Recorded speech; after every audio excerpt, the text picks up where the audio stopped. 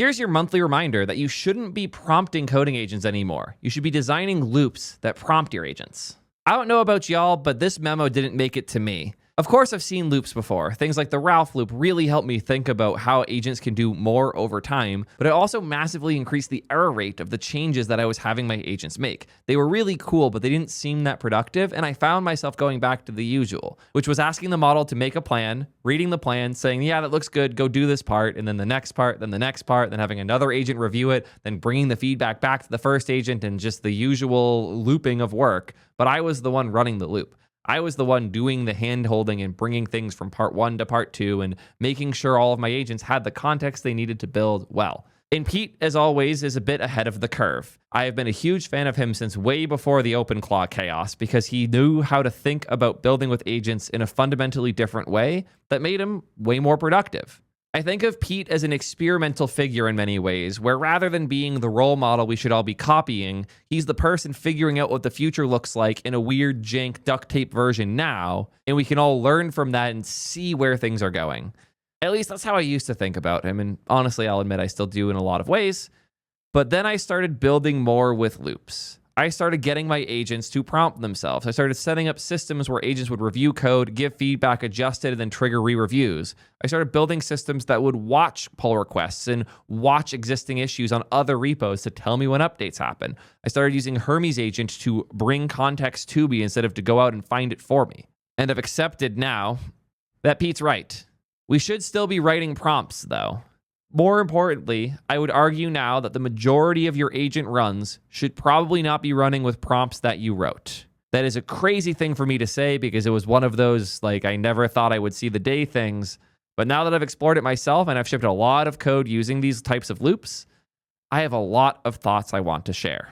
But I have one other thing I want to share quickly first, which is today's sponsor. AI should be good at design. It knows all the things it needs to about code, designs, visuals, and more, but every time I try to have it redesign things that I'm working on, it just doesn't do it right. At least that was my experience before I started using today's sponsor, Magic Patterns. These guys really cracked good design flows with AI. They're not trying to replace your whole stack or be a full site generator. They're trying to work within the real constraints of your real code base on just the front end in order to get great designs out. The first thing that makes them different is the design system selector. Unlike other tools that will just generate a bunch of slop code, you can pick between existing real-based systems like the one that they provide, a wireframe system, or even classics like Shadcn, Chakra, Mantine, and MUI. Or you can create your own, and you can also import things from Figma too, which is super helpful. You can then switch between different models, obviously the ones that we all love and know are decent design, like the Opus line, Gemini 3.1, but also their auto router has really impressed me. It was able to grab the real SVGs for the logos for the things that I wanted to put on there once I showed them where they were. I can open up the preview and send this to other people on my team, which has already been super helpful. I can also leave comments on any point on the screen to tell the agent what else I wanted to fix, which has been a lifesaver when you're working on these types of things. They even have a visual editor for when you want to edit fonts, content, and things yourself. So when you notice the agent's just not getting something right, don't fight it, change it yourself. This is a small thing, but it's one of my favorites. The ability to choose different frames to test your site in to see how it looks on like a mobile display or an iPad display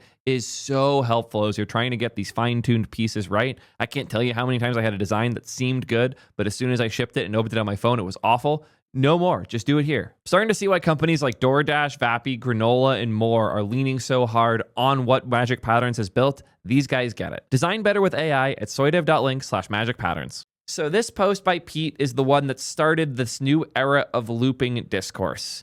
But this is not the tweet that got me to go try loops. It was this one. Here's a simple loop.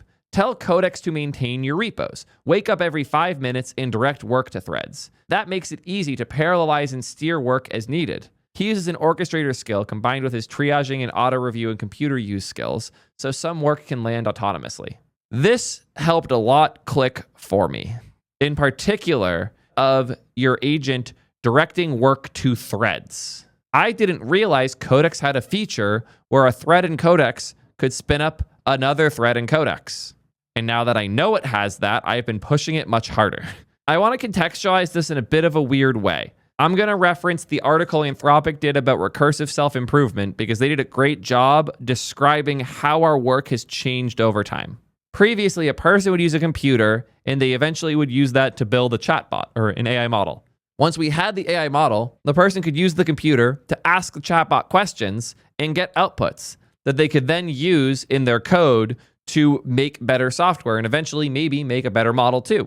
But the loop was the person uses the computer, asks the chatbot a question, it gives a result to the person who then copy pastes it into their code and then asks another question.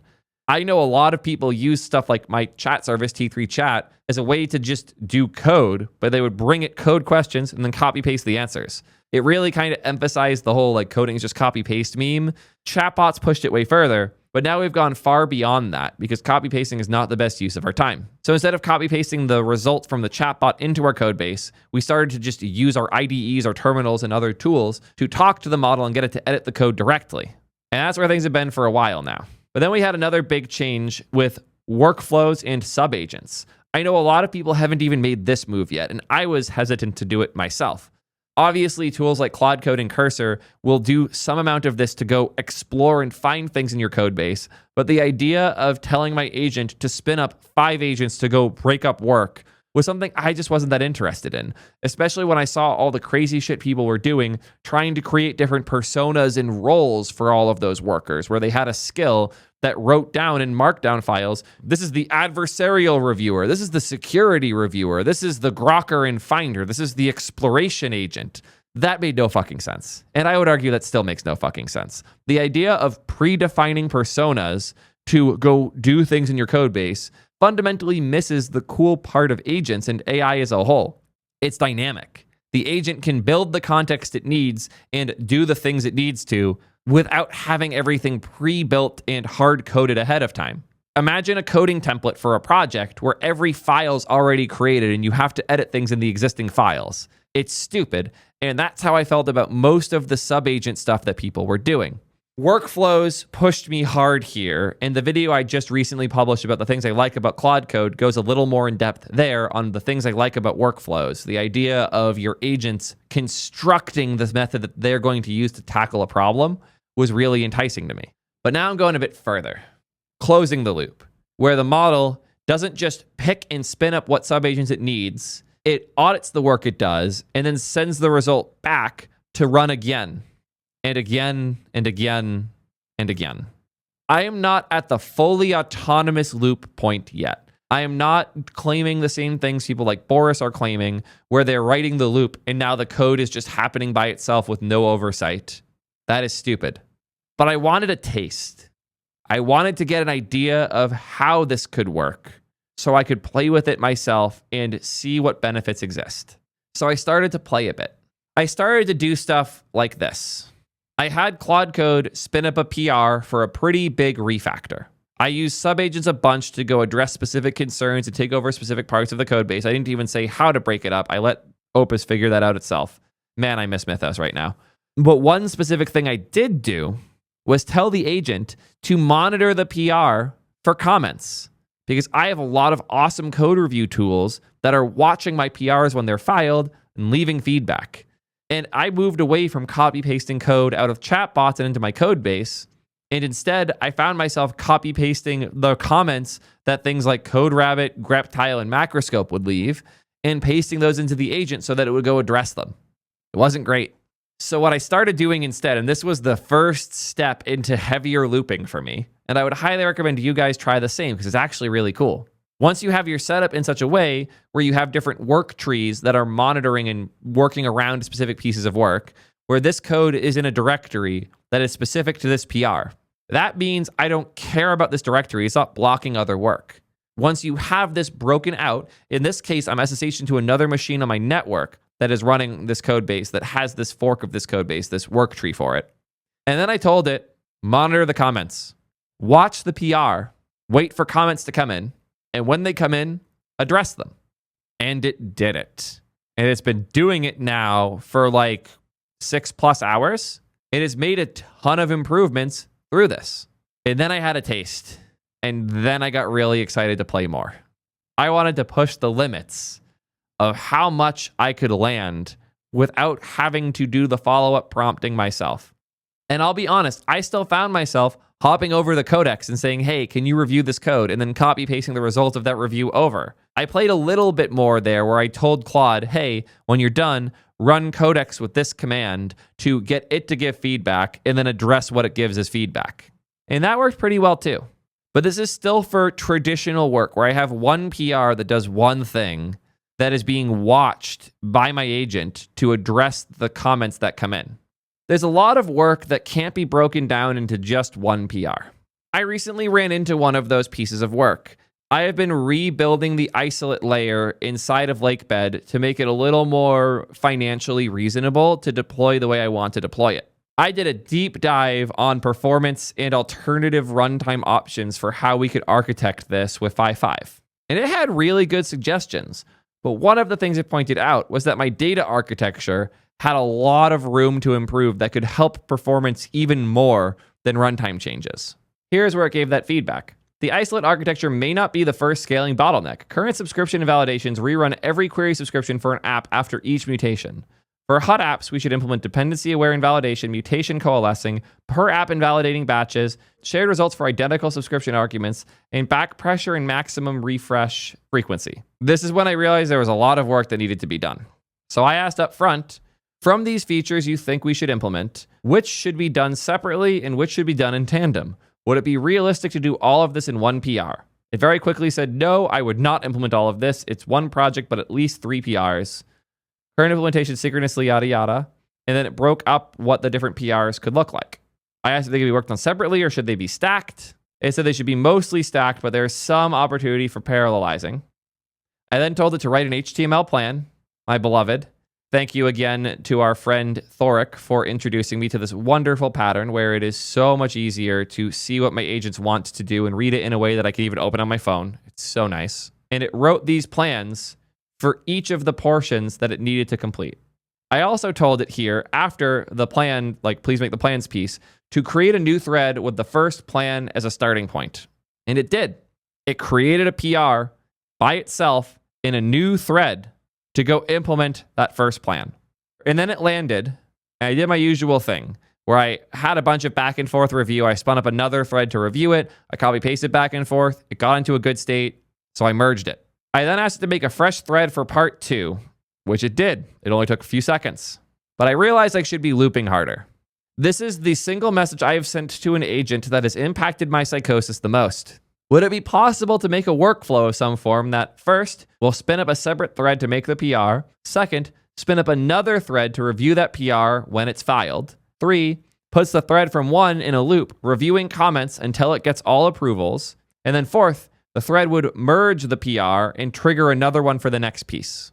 I didn't think it'd be able to do this, but I was curious how it would try. And it made a kind of broken diagram showing the workflow it had in mind. It said it would use a heartbeat attached to this thread, pulling every 5 to 10 minutes. On each wake up, it would read the implementation thread status, detect filed PRs, create a fresh review thread when a new PR has a new shawhead, send actionable findings back, re-review after the fixes are pushed, yada, yada, and then pull latest main before creating the next work tree. So I said, make the workflow and use it to file the remaining PRs. And it did it. This was Sunday at 2:29 a.m., and it eventually finished and broke everything in my editor pretty aggressively at 6:50 a.m. I set this off before going to bed, and I woke up the next day with 4 stacked PRs, reviewed to hell and back, all merged. It was fucking awesome. Do I think you should do this on real production code bases that have millions of users? Probably not, at least not yet. But goddamn, is it cool to spin up work in this way, where complex multi-stage problems that need their own breakdowns, that need their own pull requests, that need their own reviews and cycles and loops. Because that's the craziest thing here. I asked the model if I could make this loop, and it made a loop that makes subloops dynamically. This isn't a hard-coded, every time I make a change, I spin up one reviewer that reviews it, and then they go back and forth. This is a dynamic workflow that was created based on the specific needs of this specific problem I was solving. My loops created loops, and they did a great job at it. This was real code that landed, and sadly, I couldn't have Fable come in and review it because this was after the ban. But the idea of your agents being able to orchestrate dynamic work in a way that is specifically tailored to the problem is so cool. Throughout most of my career, when I worked at real companies, we would follow some form of the traditional agile sprint loop where we would put tickets inside of our backlog. And then once every week or 2 weeks, the start of the week, we would pull up the backlog and decide what was worth working on and how long we thought it would take. And then try to make sure work that's blocking other work was prioritized accordingly, that everybody had unblocked work to do. But the actual flow of all of this was pretty static. It was the classic agile waterfall-y structure. And we kind of had to force our work to fit that shape. The most productive teams were the ones that would build their own alternative shape around the problems they were trying to solve. That is what makes this so cool. The shape of the loop, the shape of the structure, the shape of how work happens can be dynamically generated based on the shape of the work that you're doing. And you can use this for all sorts of crazy stuff. You can use this to monitor pull requests that need to be merged. You can use this on a schedule to every morning start your day with feedback on what PRs are worth merging and what ones are worth forgetting about. I use this type of thinking to find the best solution for a 5G hotspot, and since I had a loop checking what the best deals were, I got early information about the new Verizon plan they just put out because my loop pointed it out to me randomly on Discord. It's so cool. And again, to my earlier point, I wrote a handful of prompts in this thread. I wrote most of the prompts. Actually, no, I didn't because it got in that schedule after. But up until the schedule started, I wrote all the prompts and I read the responses. And I said, yeah, that sounds good. Let's see what happens. And then I did see what happened. And what happened was kind of fucking awesome. So what I would highly recommend you do here, the info you take from here, is to think about the work you do before, during, and after you prompt your agent. When your agent completes its task, pay attention to what you do next. For me, what would happen is I would tell the agent to build the thing. And then once it built it, I would run the thing and go see if it worked. And if it did, I would commit the thing and then push the thing and then make a pull request on GitHub for the thing. I would then wait for my code review agents to give feedback. I would address that feedback. I would then ask my team for feedback. I would address that feedback, and then I would merge it. Start from where you started there. The first thing I did after the changes were completed was run a dev server. Tell the agent to do that. I then checked if the work worked. Tell the agent to do that too. Computer use has gotten really good. After I verified the work, I would then commit. Tell the agent to do that once it's verified things are correct. Tell it to push up the code and file a PR once it's ready. Then I would go get those code review comments and copy paste them into the agent to fix. Tell the agent to do that itself too. Maybe tell the agent to spin up other threads to do its own reviews. The other spicier way of putting this is that we are looking at the code too early. If you are reading the code your agent put out before another agent read it and gave feedback on it, you're wasting your own time. That's time that the agent could have spent instead that you could have used to find other work worth doing or to relax a little or go spin up a side project. I don't know what you're going to do with your free time, but I have had far too many instances where I read agent code. It was like, that's obviously wrong, and then told it to go fix it. They can figure that shit out themselves too. And now when the human comes in, all the bullshit is gone and you can focus on the hard stuff. It's so much more fun. Try to find where you have to be involved and see what it takes to prompt yourself out of it.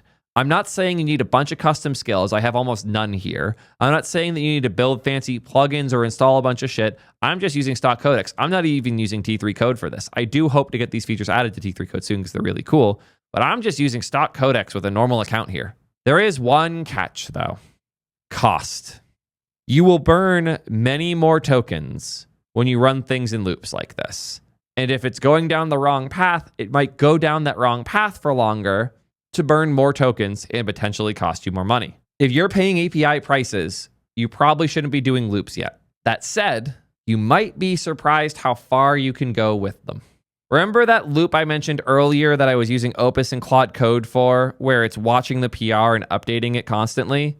Not only is it doing that, I've noticed that every time it gets feedback, it spins up a workflow with 8 steps or more to address all of it. I had one agent spend under 10 minutes leaving feedback, and based on that feedback, the Opus workflow ran for 8 hours and did over 3 million tokens down to address like 3 small comments. It was brutal. It was absurd. If I was blocked during that time, it would have been very rough. And honestly, I was kind of blocked at that point because this is a big overhaul and I want this in before doing other changes because I'm unfucking the TypeScript that looks like Python that GPT 5.5 wrote.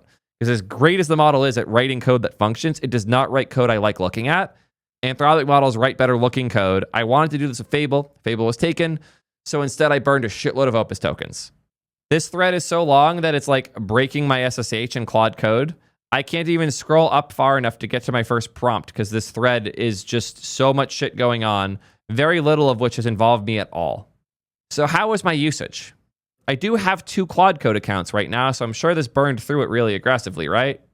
Well, this combined with everything else I've been working on for the last few days using Opus still has me at only 29% of my weekly limit, which expires in 8 hours. I was maxing out my limits with Fable, and with Opus in a loop like this, I'm not even close to getting my limits. And I've had like 5 of these types of loops running in that time. Really big piles of changes happening. And it doesn't fucking matter. It's not getting close to my limits. I am on the $200 plan. I will also say that I ran a workflow using the new Claude Code with Opus 4.8 when it came out on the $100 plan, and I hit the 5-hour limit instantaneously. I have never come close to the 5-hour limit with Opus in loops, and I'm also not coming close to the weekly limit with it either on that $200 plan. So if you're already on a $200 plan, or you're willing to be on one, and you find that your usage is not getting like lethal, like you're not getting close to maxing out, start looping more. And since you can't use these plans at normal companies usually because of the differences and restrictions in how you're supposed to use an enterprise plan at API prices, go use this for crazy shit that you don't think should be possible. I would also recommend experimenting with the tools that are included with our harnesses now. A lot of them are pretty powerful. Codex's ability to spin up new threads is really, really cool.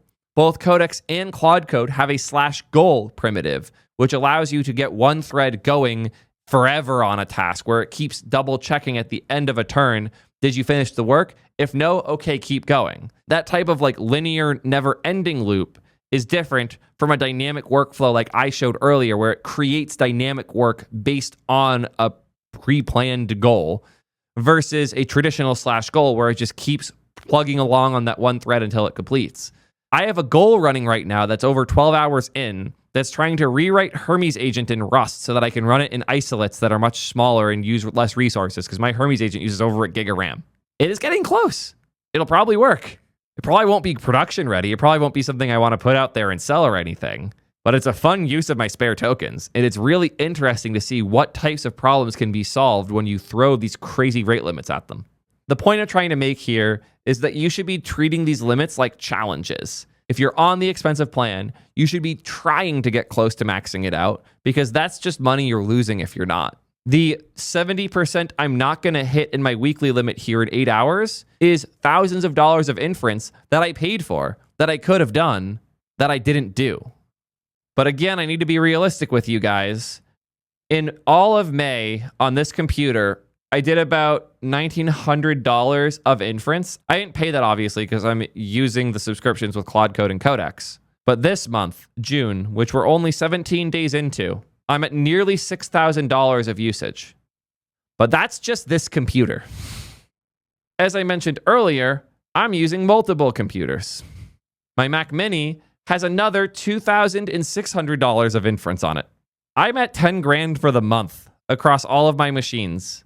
And that's on 3 of those $200 plans, 2 Claude Code, 1 Codex, and I haven't used the second Claude Code account since Fable was taken from us. That's a shitload of value that I'm getting given for relatively cheaply. To spend $600 and get back 10 grand of inference, that means you can do a lot. And if you're not pushing loops to their limits, you're not using that as much as you could be.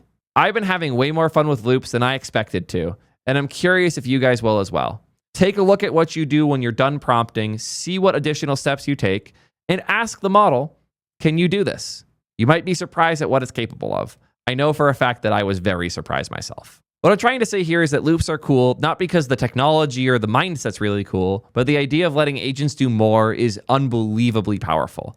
If you take anything from this video, it really should be that. Ask your agent to do the next step and see if it impresses you. I know it impressed me. Let me know how it goes, and until next time, peace, nerds.